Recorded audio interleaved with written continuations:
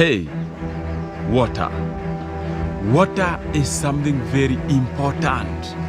That's why today I decided to bring you a very short documentary about water.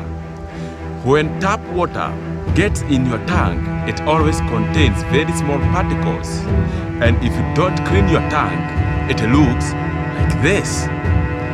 Dirt, mud, small particles, and other living organisms that you cannot see. That's why it's very important to clean your tank regularly. In today's video, I decided to imitate Nas Daily. That's why I decided to bring you this small documentary of 1 minute.